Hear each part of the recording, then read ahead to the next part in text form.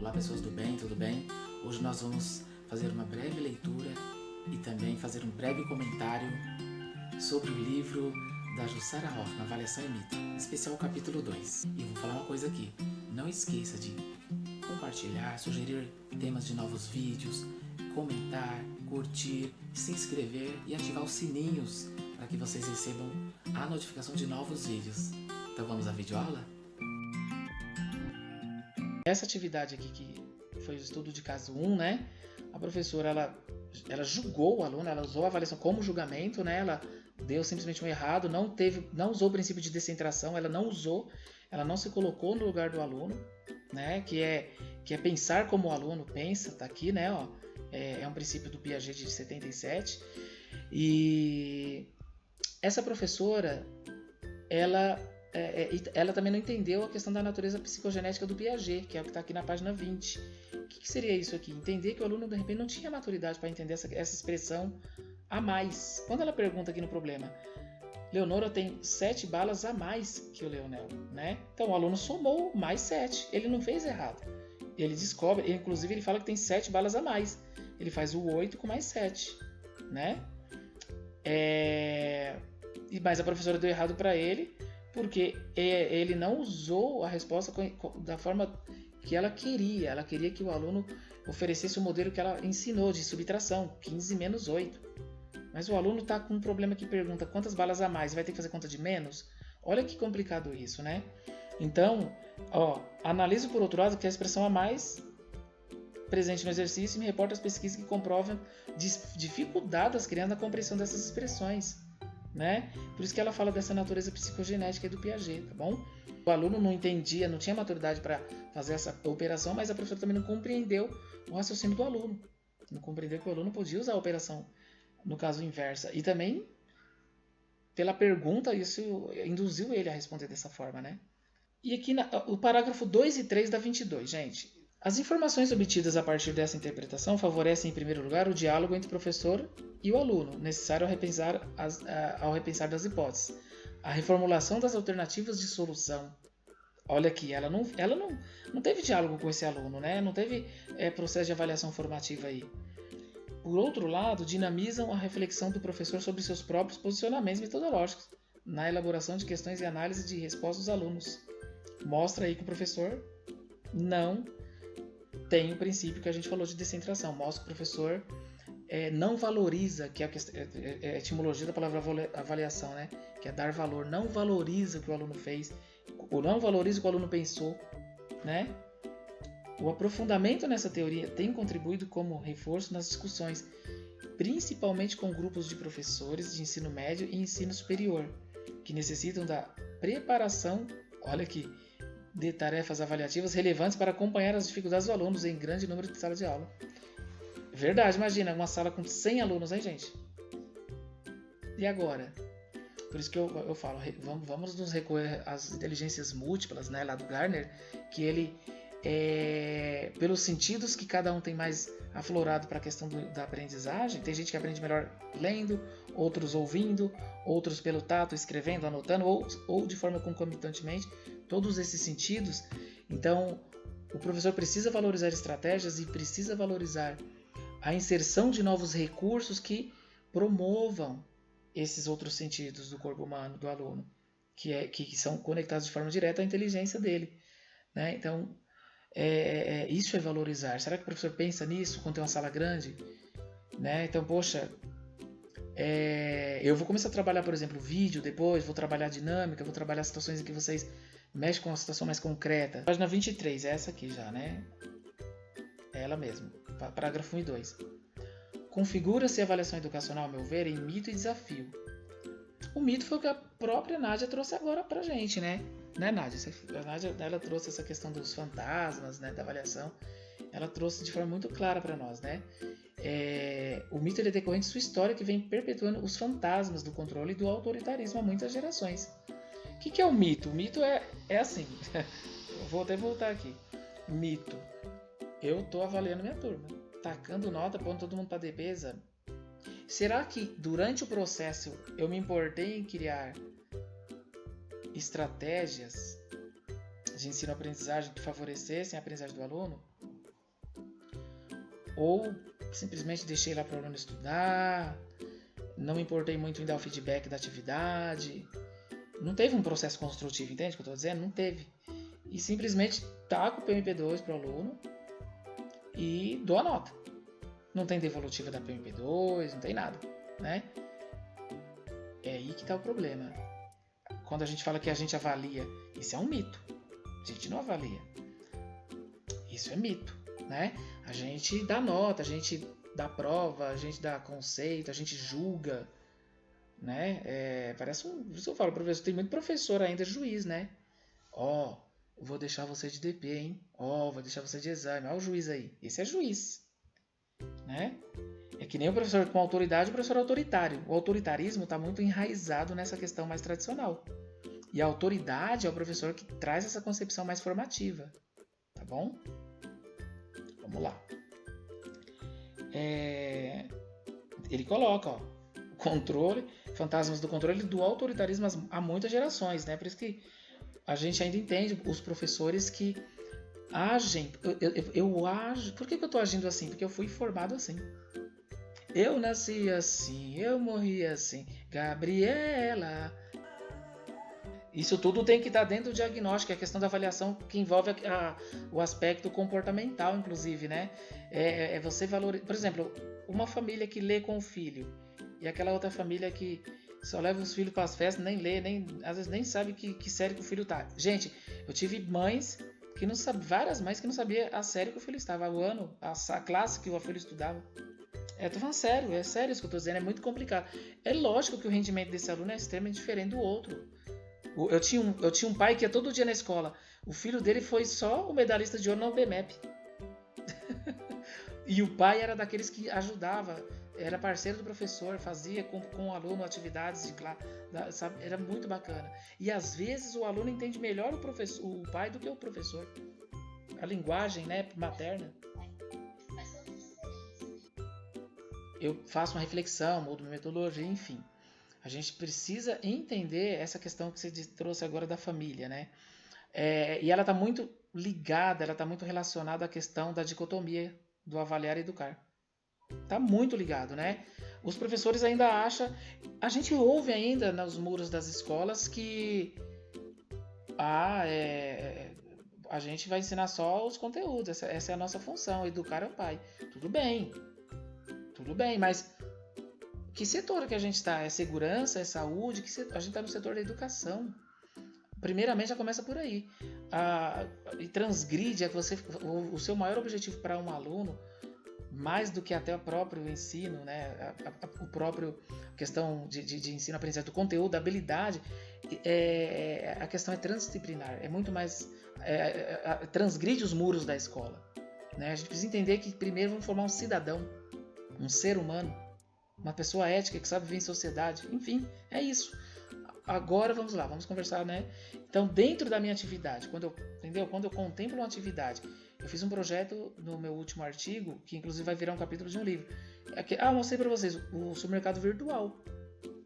Poxa, eu estou ensinando números racionais dentro do supermercado virtual, estou ensinando outros valores para meus alunos, valores transversais, né? Então é isso. Dentro da avaliação, é por isso que eu falo, né? Eu quero ficar só dando nota. O que eu quero quando eu avalio, né? O que eu estou querendo? Qual o objetivo? Como você mesmo apontou, né? A avaliação baseada em objetivos, ela vem, né, desde da taxonomia de Bloom, que ele é um norte-americano que até hoje ele é bem usado, mas naquela fase da Guerra Fria que eu falei que eram outros interesses, não consideraram a concepção dele. O cara faleceu em 99 e hoje a gente está usando no Estado, dentro da avaliação da aprendizagem em processo, concepções do Bloom para fazer para colocar lá os erros, os distratores dos alunos, né, numa alternativa. Tem o gabarito, que é a alternativa correta, e tem os distratores, que são as alternativas incorretas. Mas ali ele mostra, né, onde o aluno está. Não é que o aluno errou, é onde o aluno está. O aluno pensou dessa forma por ter tido esse erro. E a soma desses erros é o que eu posso utilizar quando eu for explicar uma atividade. Eu posso socializar esses erros e fazer com que outros alunos não errem daquela forma. É isso, é prevenir. O erro é preventivo, né? O ensino pelo erro é preventivo. Você prefere aprender com o seu erro ou com o erro do outro. É isso que eu estou dizendo, né?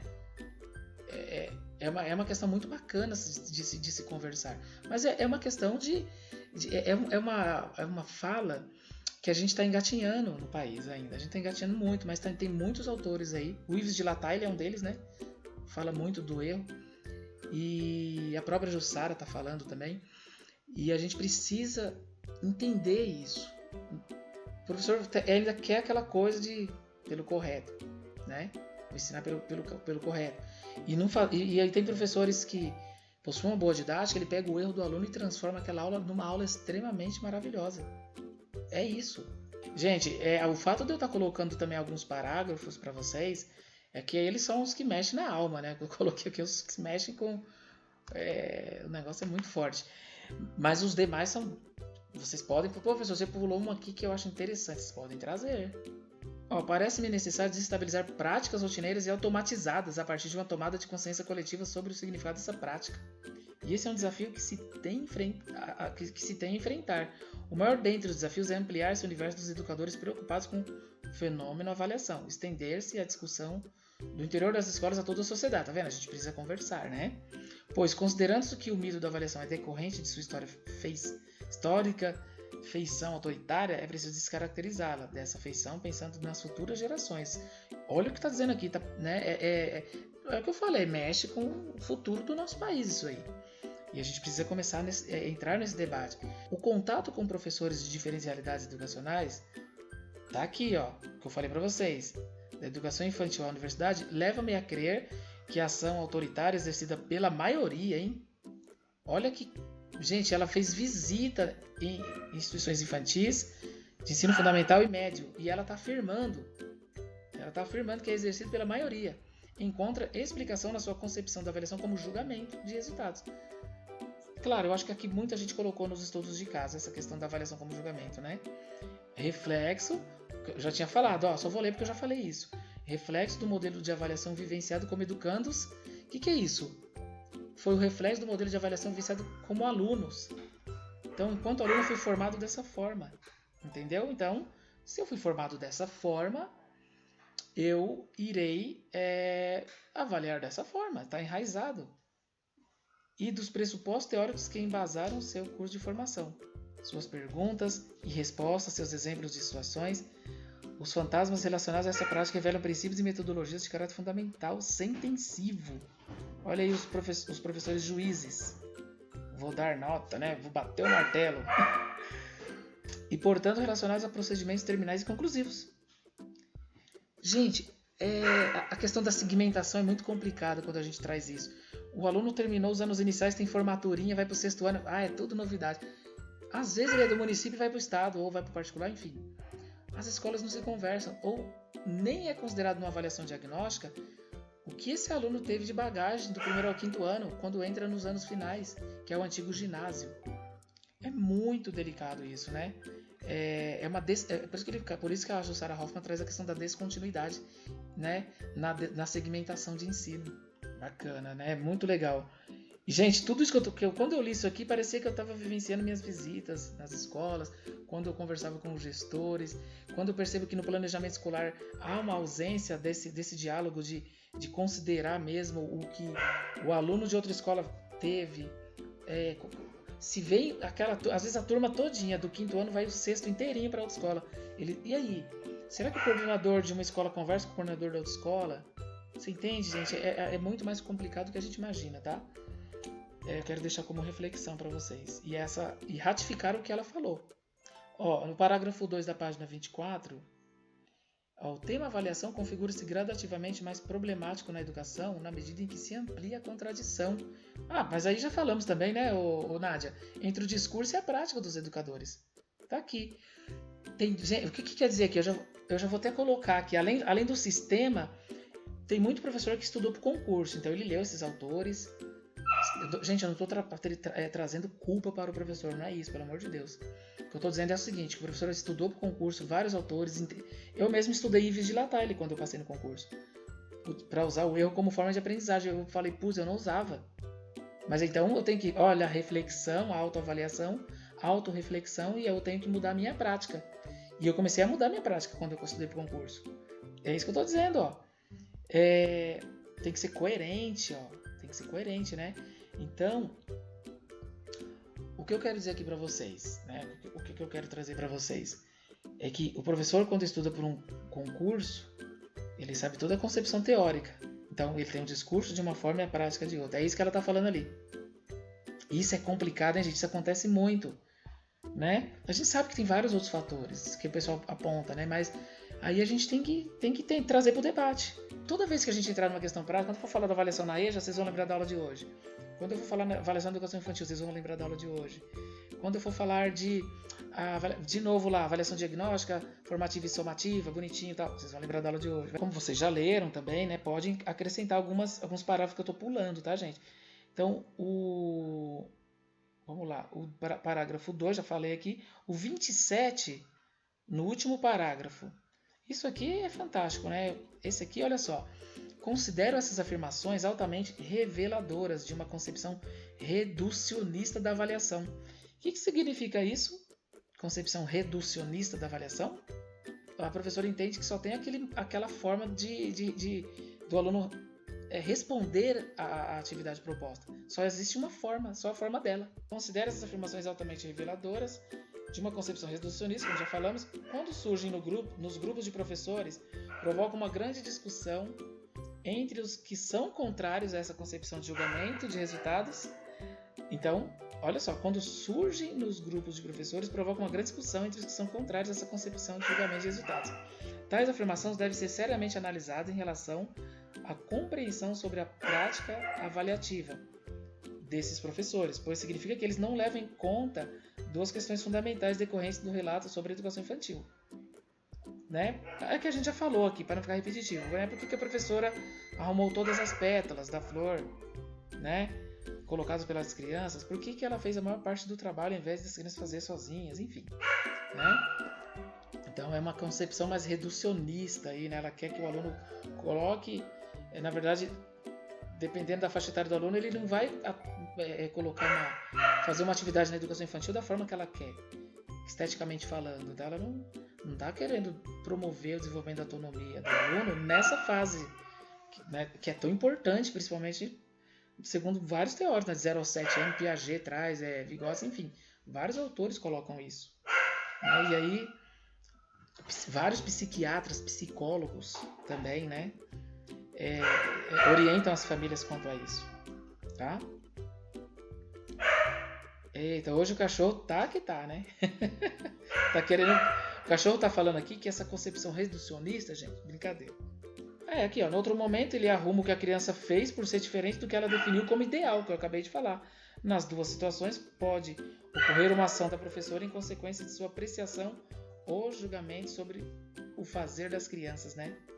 Sem dúvida é preciso que se tome consciência de que essas ações avaliativas estão presentes no cotidiano, viu? Últimos 2 parágrafos da página 31. Tá aqui. A certeza com que alguns professores fazem essas afirmações leva-me a pensar, isso é ela falando, né? Ó, primeira pessoa. Jussara aí, né? Leva-me a pensar que as certezas são mais perigosas que as incertezas em avaliação. É óbvio, né? Isso é óbvio. As suposições dos professores transformam-se rapidamente em conclusões sem que se reflita sobre elas.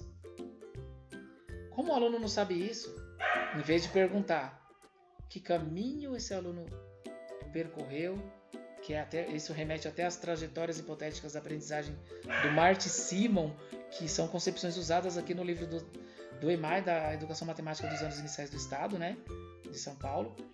E aí, ó, olha aqui, as suposições dos professores transformam rapidamente em conclusões, né? Não tem conversa inicial, não tem problematização, não tem observação e intervenção, enfim. As discussões dos professores sobre essas situações contribuem para a análise de hipótese apontada inicialmente como os educadores concebem a avaliação. Não é? Na medida em que Marcelo passa a centralizar as atenções nos debates, como um réu em processo de defesa e acusação, parece-me que o que se pretende definir, na verdade, é se o resultado atribuído pela professora foi justo ou injusto. Ao julgamento, vou chamar aqui os jurados, né? O que nos levaria a deduzir que a questão feita, como você procederia no lugar da professora de Marcelo? estaria sendo entendida pelos professores como: que resultado você atribuiria ao Marcelo?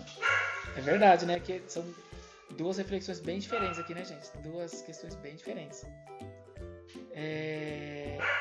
Como você procederia e o que resultado você atribuiria, né? Eu, professor Will, né, que eu colocaria nota 10 para ele. Ele respondeu tudo certinho. Não foi na hora que ela ditou, né? Mas enfim. Não é? O último parágrafo responde o estudo de caso 3 aqui. Depois essas anotações eu vou passar para vocês, tá? Na página 32 aqui. Ó, o que quero dizer é que se as discussões dessa situação não abordam essa outra dimensão de questionamento, de levantamento de hipóteses sobre uma tarefa feita pelos alunos, teve conversa inicial, né? A professora procurou entender o raciocínio de todos os alunos e entender por que o aluno respondeu dessa forma. Porque a avaliação está decisivamente atrelada a decisões sobre resultados finais. E pronto, ela queria que o aluno respondesse conforme ela ditou e pronto. Mas o aluno fala: poxa, professor, você me pediu para colocar 10 linhas e eu fui responder na tabuada na ordem de 1 a 10. Não foi conforme você ditou. Então, né, a professora não pensou assim. Ela foi lá e colocou só 2 questões certas para o aluno, né? A abordagem de tais questões exige a concepção de ação avaliativa como interpretação cuidadosa e abrangente das respostas do educando, frente a qualquer situação proposta, assim como a visão de acompanhamento, não como um caminho de certeza. Então, conforme o aluno estava desenvolvendo a atividade, a professora acompanhou? E aí, gente? Acho que não, né? Porque ela só simplesmente chegou na resposta final e deu errado e pronto, acabou. Pegou, ainda pediu para um aluno corrigir.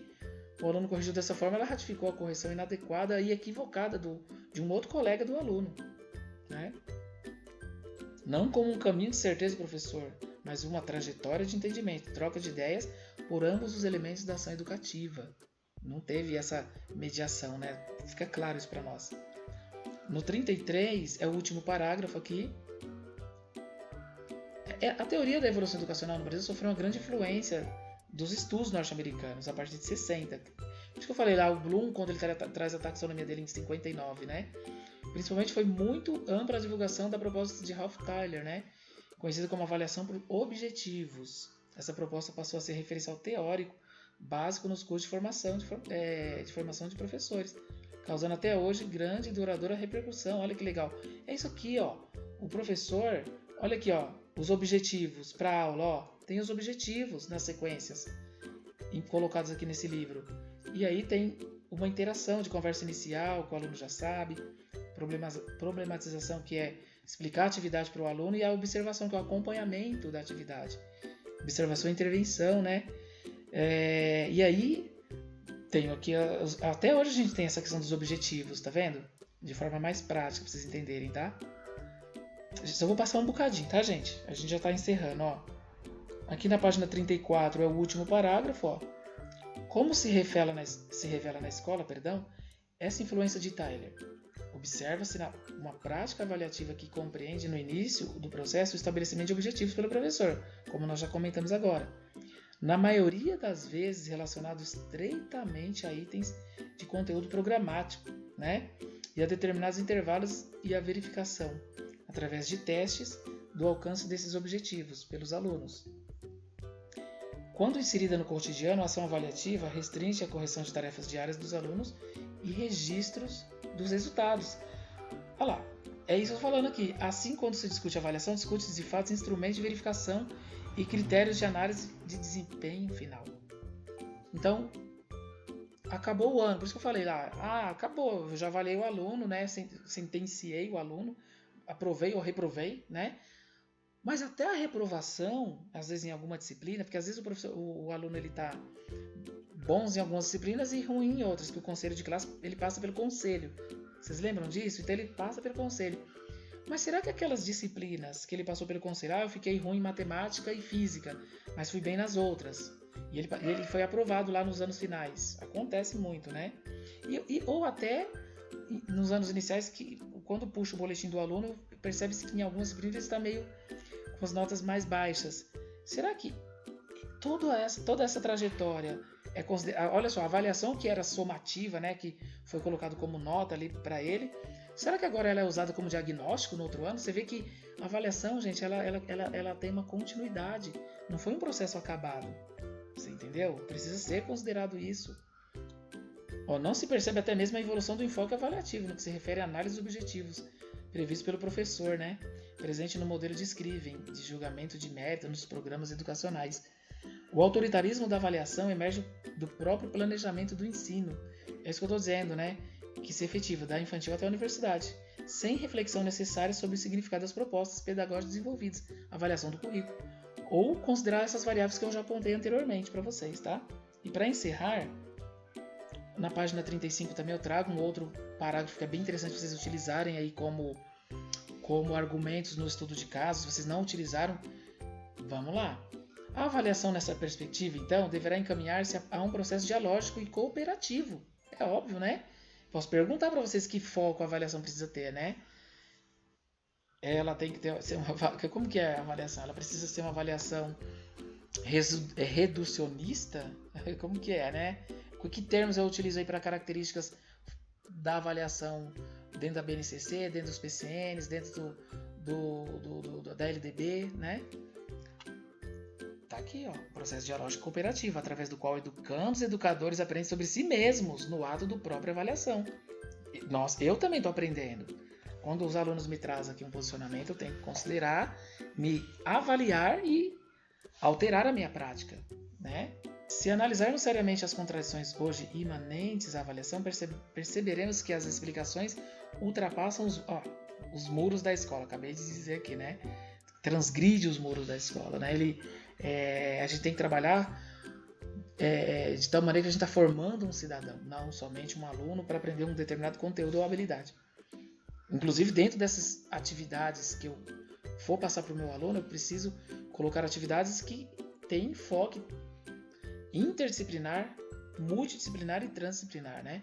As relações de poder que se travam em nome dessa prática são reflexos de uma sociedade liberal e capitalista, que se nutre de exigências burocráticas para mascarar o seu verdadeiro descaso com a educação em todos os níveis.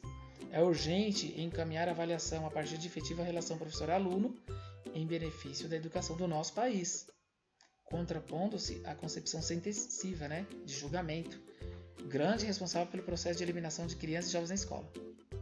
Gente, boa noite, obrigado, tchau, tchau, até, fica com Deus vocês.